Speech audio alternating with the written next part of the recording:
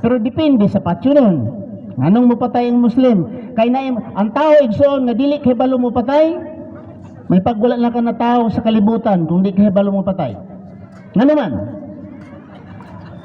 ripon ang imong asawa, nagalantaw ka lang. Ripon imong mga anak na dalaga, galantaw ka lang.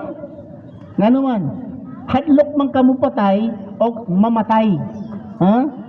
Maugan ng gisulti ni former presidente sa Pilipinas, if you do not want or you're scared to kill and to die, don't be a president of the Philippines.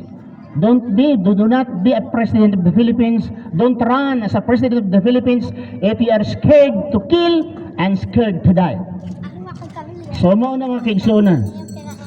Sikin sa mang dili mulaban sa katungod sa iyahang pamilya, katungod sa iyang mga minahal, dili siya kahibalo mulaban, igsoon, makaluluoy kaayo.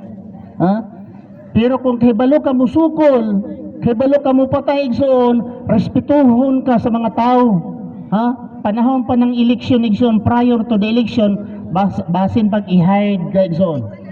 Kuhaon ka, i-hide ka. Kada ka mga assignment. Mga na igsoon.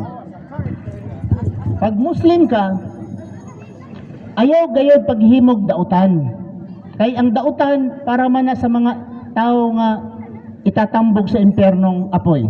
Ingon ang Allah sa Quran, nagaingon siya. Kamu ang mga pinira ummatin ukhrijat linas ta'muruna bil ma'ruf wa tanhauna 'anil munkar. Gipi kamu the best nation that had been chosen. Enjoying what is good and reject what is bad. Gipili mo nga mga nasyon, gipili mo nga tao, nga kamoy mo patindog sa mga maayo, ug musalikway sa mga dautan. Kuntum khayra ummatin ukhrijat linas ta'muruna bil ma'ruf wa tanhauna 'anil munkar. Ingon ang Allah sa Quran.